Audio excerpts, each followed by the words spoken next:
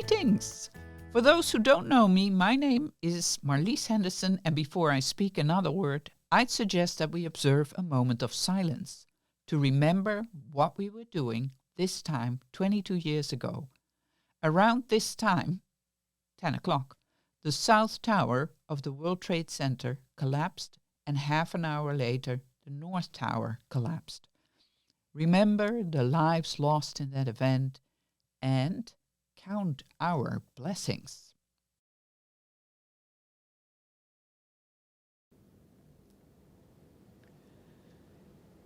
There are a lot of blessings to count, so it took a while. Now we're going to the slideshow. My aunt, Gerda, gave a presentation about her father for the Inner Wheel Club in 2017. The Inner Wheel Club is an international women's service organization, and I am using her slideshow to talk about my grandfather. Gerda made use of a number of publications and 220 letters and photos sent weekly, mostly by my paternal grandmother, Tini.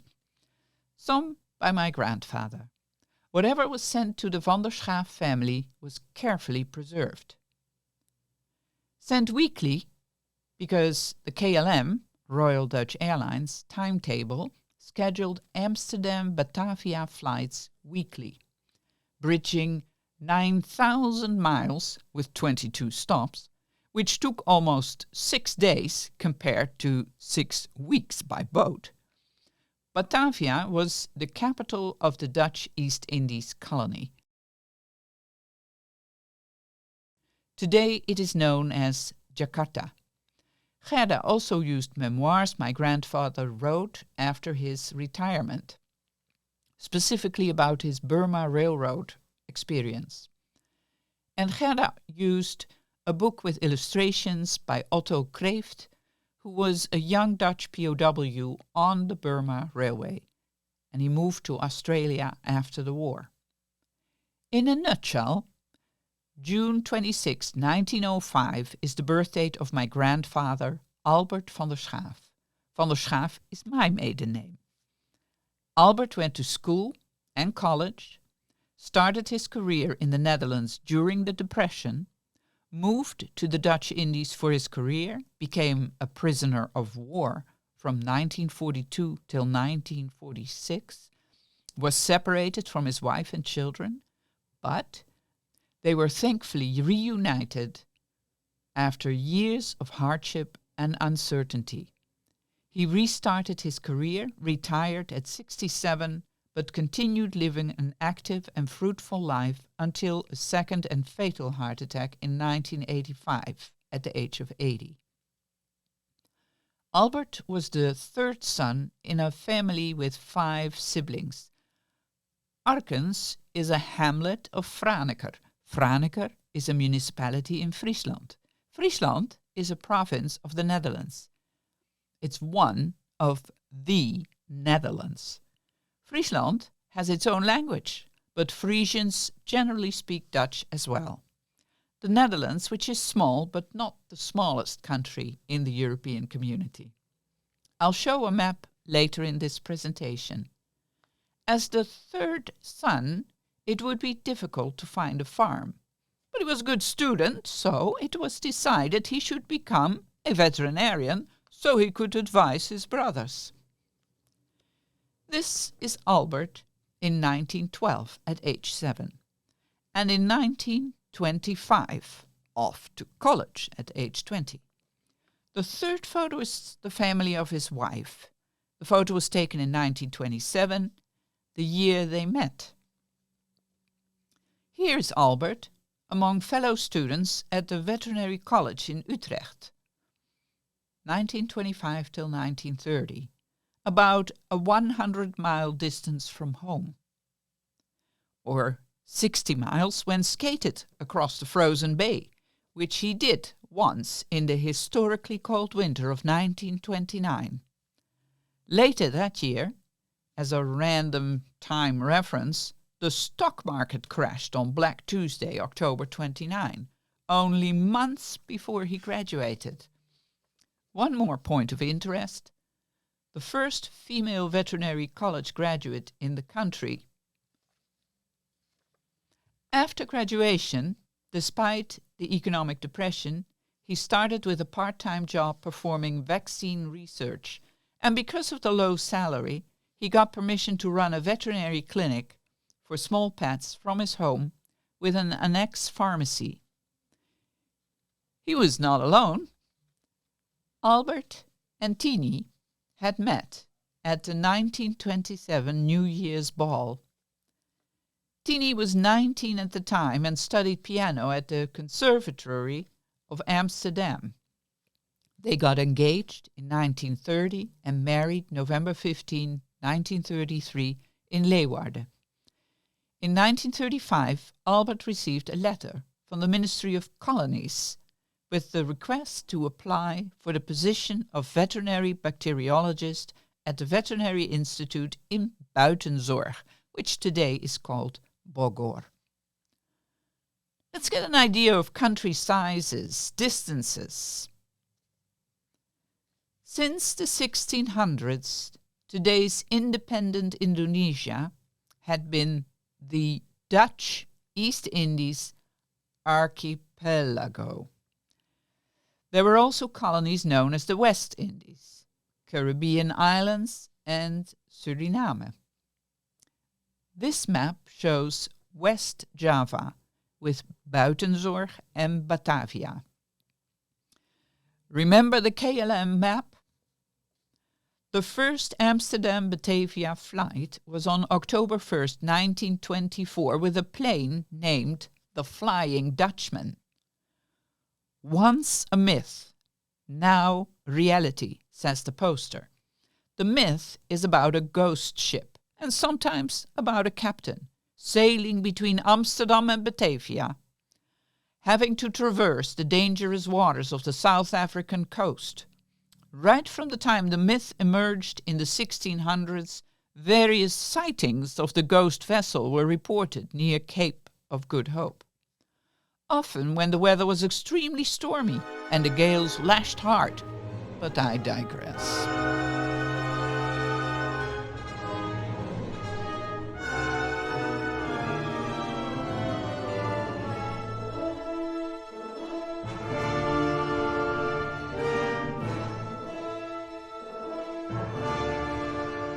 The couple embraced the initially 6-year challenge, and Albert accepted the job abroad.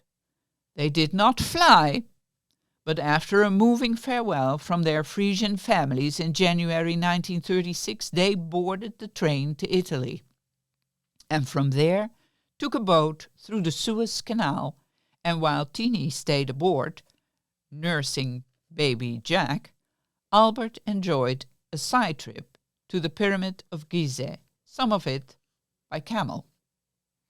After a month, the young van der Schaaf family settled in a new neighborhood with European homes. No car yet. Albert still rode his bicycle to work. Baby Rom, my father's brother, was born a year later, February 1937. The Veterinary Institute and the research lab were located on the outskirts, back then the outskirts, of Buitenzorg.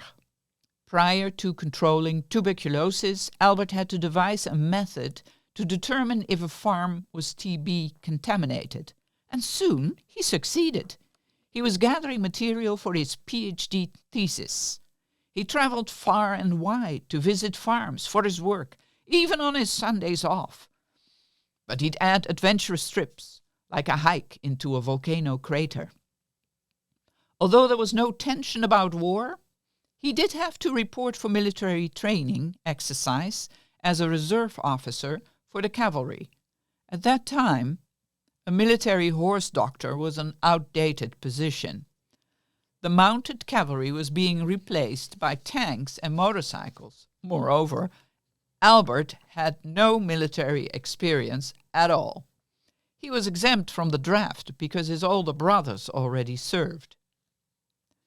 The tropical climate was tough on Tini, so a home was found at a higher and cooler elevation in Chalobak, It was known as the flagship, het vlaggenschip. There was enough land for a small vegetable garden and a few farm animals. A gardener, a local gardener, educated Albert about which wild weeds were edible. This knowledge would later prove valuable along the Burma Railroad. This home was 10 miles from the institute, which Albert commuted in a second-hand opelette. Here's a map to show the location of Buitenzorg, or Bogor, where the Veterinary Institute was, and Chalobak, the home on the hill. From here, in 1938, Albert made a 2-week work trip to a wildlife refuge. They had to hunt for a type of wild cow called banteng, to check them for a liver disease caused by parasites. I translated the letter he sent home. He hand-wrote the letter, which was typed out by personnel at his father-in-law's company. He writes from the flagship, and I'll skip a lot, but, for example, it was 6 guys on a boat, 24 hours on the waves, go to the uninhabited land, except for wildlife, wade through the water, and try and find a banteng, a wild cow. We had seen fresh tiger tracks and wanted to lure that pussycat with a live goat tied under a portable light source. But our bait, the goat, never bleated, so no tiger showed up. That's how my grandfather writes. And we did experience another little adventure. One afternoon, the bantengs were extra skittish because a rifleman had shot and missed his aim the day before. Bored from watching for bantengs for 4 hours, we were about to pack up when a herd appeared in the plain. The wind was favorable, and along grasses and undergrowth provided us with shelter. The wind was favorable, meaning the wind is from the bantengs to us, so they don't smell us. So at 150 feet from one particular cow, we carefully took aim. The shot rang out, the cow tumbled and fell, but scrambled up to chase its fleeing fellows into the jungle, 150 yards away. We weren't able to pursue the animal, but we found blood.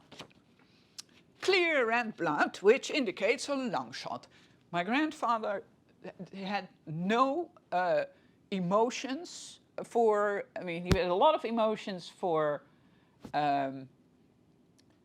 real love and care, but if he sees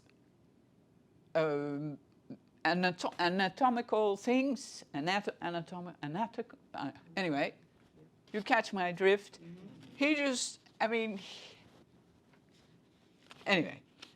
clear red blood, which indicates a long shot. So he has, what you call, he doesn't have the hypocrite type of squeamishness, because people can be squeamish about a killed cow, but then again, we eat our hamburgers, so anyway. Some immediately went back to get the native tracker. They talk about the coolie, and they had natives with them who knew the way, who knew how to chase these critters. So they had to get the native tracker who had stayed behind. In the meantime, they weren't all that eager to help the Europeans. In the meantime, we followed the blood trail to the jungle tree line, where we waited for a while, but growing impatient, we mustered the mojo to enter the dense rainforest. We lucked out, because 45 feet in, we found the beast lying dead. Another cow had stayed with it, but as soon as it spotted us, it took off noisily.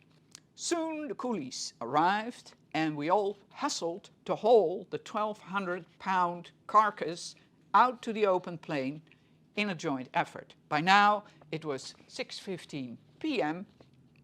and dusk was setting in.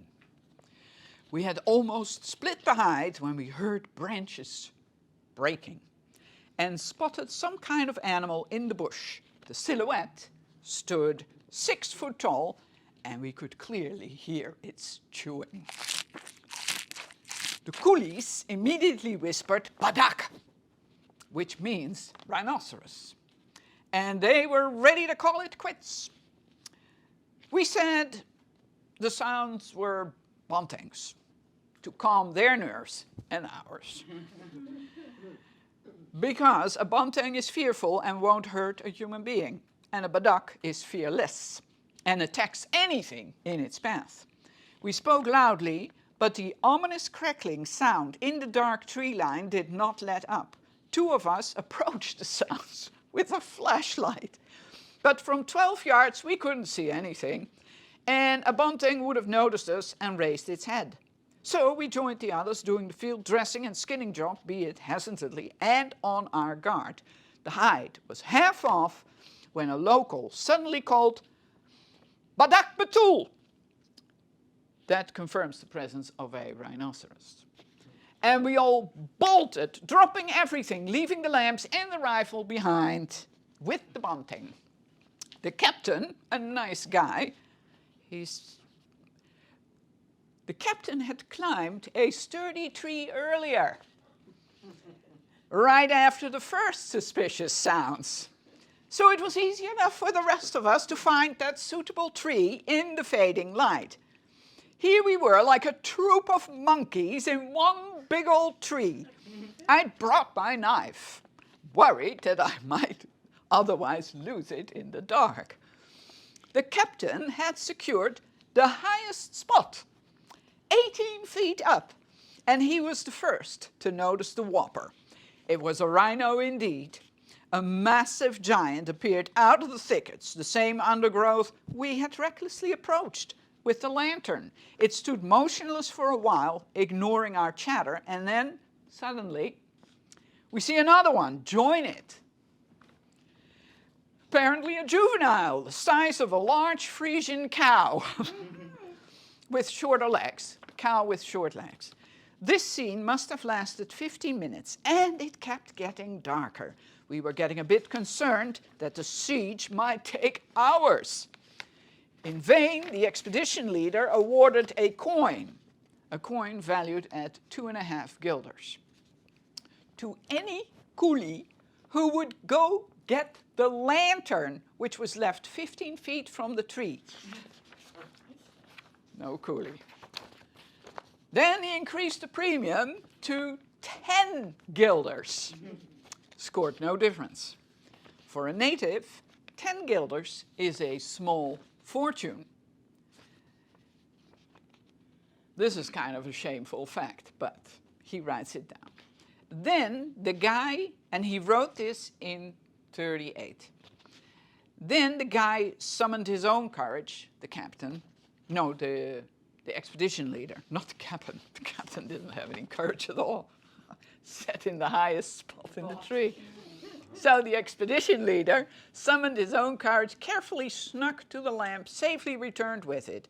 Now we could see the beast more clearly. He was a large specimen, 12 feet long, and in the middle, 4 feet wide, weighing about 4,000 pounds. My grandfather was very good with facts. It looked like a short-legged elephant body and stood about 5 foot high. The lamplight lured it closer. It waited at a 12-foot distance from our tree, but then seemed to pick up a scent that enraged it. It barked a sound similar to the roar of an angry bull, be it much louder, I googled it. And it lunged 2 leaps, and it whacks our tree with its shoulder, which shakes the tree, and we shake along with it, and the rhino swings around the tree, turns again, dashes off into the forest. The sound of crackling branches ceases too soon, and we're scared stiff, too frightened to move. Anyway, it goes, They all make it out alive. My uncle Duke, who was born in 1954, he owns a souvenir of this hunt. I suppose the trophy was sent to folks back home before the war started. Hitler invaded Poland in 1939, and in 1940 my Aunt Gerda was born. There was no telephone or email. The baby girl was announced by a telegram, but the happy news was overshadowed by the threat of war.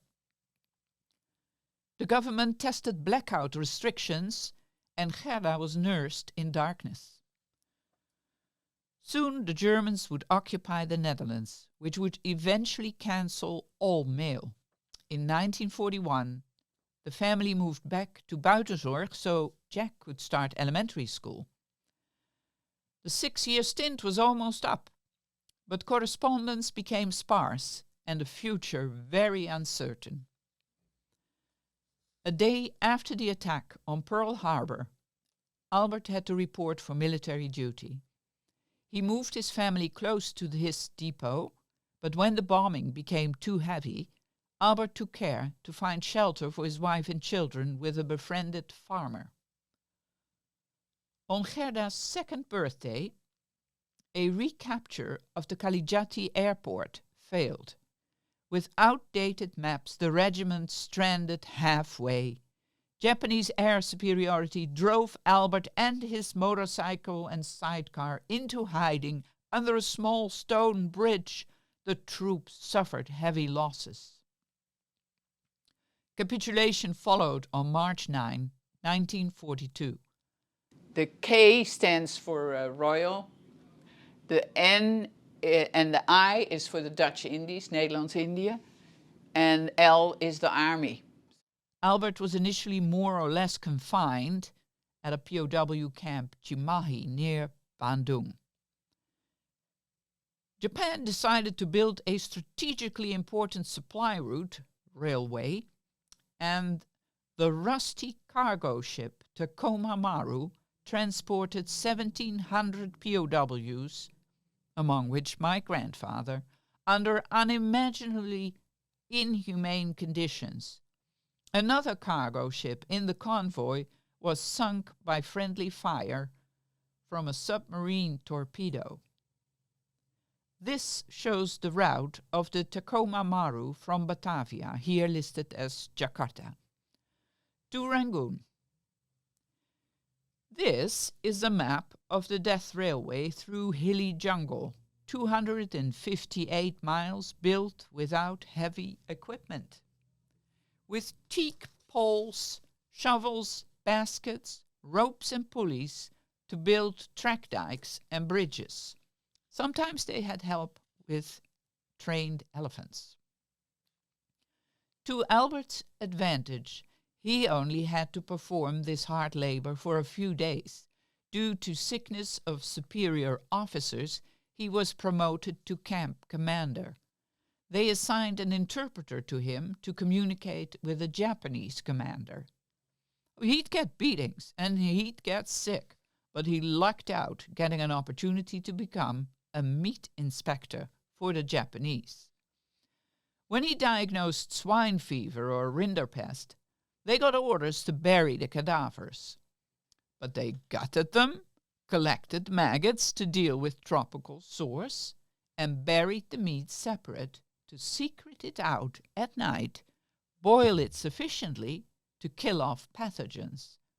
Now the watery soup would contain bits of this meat and benefit the POWs, even if it smelled like rot. It contained vital proteins. He traded cigarettes for duck eggs, sugar for chili sauce, and went out at night to find edible weeds or anthills to combat lice. Roll call, counting and recounting. The duration of roll call depended on the abilities of the Japanese to keep count. The railway was completed in 1944. The healthy went to Japan to work in the mines, and the sickly stayed behind. Albert was in charge of hygiene, from latrines to nutrition. There was an Australian POW who had a small radio receiver for global war updates. On August 6 and August 9, 1945, the United States dropped 2 atomic bombs, one on the Japanese city of Hiroshima and one on Nagasaki. The bombings killed between 129,000 and 226,000 people, most of whom were civilians, and so far those bombs remain the only use of nuclear weapons in an armed conflict. On August 14, in the jungle, Albert picked up a rumor of the atom bombs on Hiroshima and Nagasaki, and about the anticipated capitulation on August 15. After the capitulation, the Japanese provided more food and meds. The British, Australians, and American POWs were repatriated within a week of the Japanese capitulation. There was much critique for the lack of action from the Dutch government regarding repatriation. He was able to send and receive letters. Meanwhile, for 1 year, back in 1942, his wife and children stayed with the friendly farmer. But after March 1943, they had to report at an internment camp for Europeans in Bandung. And early 1945, a bloody hot 24-hour freight train transport brought them to Camp Jihapit.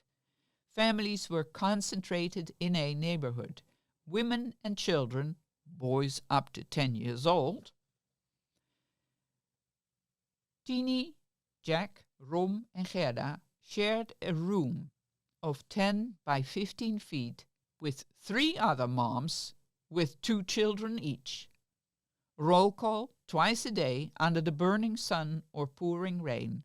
No school, no paper, no pencils. But the kids learned to read and write. My Aunt Gerda, she is a great source for me. Whenever I need to know a little thing, like she claims that my father and I, my father is like God, okay? Yeah. This, maybe the grandfather, but my father is like the father, the son. I adored my father. But he spoke very little. And my aunt once said, and it didn't matter because I was used to it, he didn't speak much. And my aunt said she thought that was because when he was in the internment camps, his mother, stone-faced, said that he was 9 years old when he was really 10, because as soon as the boys turned 10, they had to go to the men camp. And it was important that they didn't speak about their age. And just to make sure that a 9-year-old or a 10-year-old doesn't speak about their age, just tell them never to speak at all. So he didn't speak much. And my aunt says it's because of that. And the other thing was I just read when I was going through all the paperwork, she was born in 1940. The war, the internment camp, that started in 42. She got knitted socks with red, white, and blue stripes. And red, white, and blue is the Dutch flag, but she could never show all 3 lines. So it could be red, could be blue. She couldn't show red, white, and blue. Red, white was probably most safe because that's the colors of the Japanese flag. There was no sign of life from Albert except for a couple of Red Cross cards. It took 5 months to deliver this one, but Albert received it and obviously saved it. It took 5 months before they reunited. He arrived by surprise. Tini recognized the fraternity tune he whistled from his college days, and Gerda saw her father in full color for the first time. My Aunt Gerda visited Pearl Harbor with her husband in 2006. The deputy director of the Veterinary Institute in Buitenzorg tasked Albert with a study in the Netherlands, and the military commander granted him temporary leave. The Japanese capitulated but left a power vacuum in the Dutch Indies. Indonesia declared independence, but the Dutch government was not ready to give up the colonial profits, so strictly speaking the war wasn't over yet. A bloody independence war was on, and Albert tried hard to find transportation back to the Netherlands. It actually required 4 years of brutal fighting, intermittent negotiations, and UN mediation before the Netherlands agreed to transfer sovereignty in 1949. But back to 1946, and Albert seeking to re-migrate his family, there was a shortage of pharmacists on a freighter rehabilitated for repatriating troops. Thanks to his experience with the Oegstgeest pharmacy, Albert got his family out. They arrived in Amsterdam, April 1946. The kids had chicken pox and Tini was pregnant. Albert's temporary military leave was later made permanent. A new start for Rom, Gerda and Jack in 1946. Catch up on school and freedom. Baby sister Ineke was born in August. At first they moved in with family and Albert continued his work to control livestock diseases. Thanks to the methods he devised and applied, first in Buitenzorg and then in Friesland, Friesland was the first province to be tuberculosis-free. They moved to a rental home in 1947 and bought a home in 1954, shortly after which baby brother Doeke was born. Albert's experience in the Dutch Indies proved important. His methods were now successfully applied on a national scale. Besides tuberculosis, his research prompted the control of other livestock diseases. Albert brimmed with zeal and enthusiasm for this cause. He received an invitation from Utrecht University to apply for the position of Professor Veterinary Bacteriology at their Faculty of Veterinary Medicine. He'd have to move again. He started the position in 1955. Albert carefully composing the lecture notes and teaching college classes. A photo from 1967. He lost his PhD notes during the war, but has mentored 20 PhD graduates. Another photo from 1967. I am 6. His wife Tini sadly died suddenly in May of 1968. Doeke was only 15. Albert set out to find a fitting wife and mom and remarried in December of 1969. 1.5 years later. After surviving a massive heart attack, he retired as professor, traveled with his new wife, remained interested in a variety of topics, political, environmental, health and wellness, and of course, veterinary medicine. I have fond memories visiting frequent family get-togethers. He'd have phone calls with his Frisian family in Frisian. Career highlights. I think my grandfather had a resilient nature with a knack for solution-based focus, which resulted in healthier livestock and healthier humans.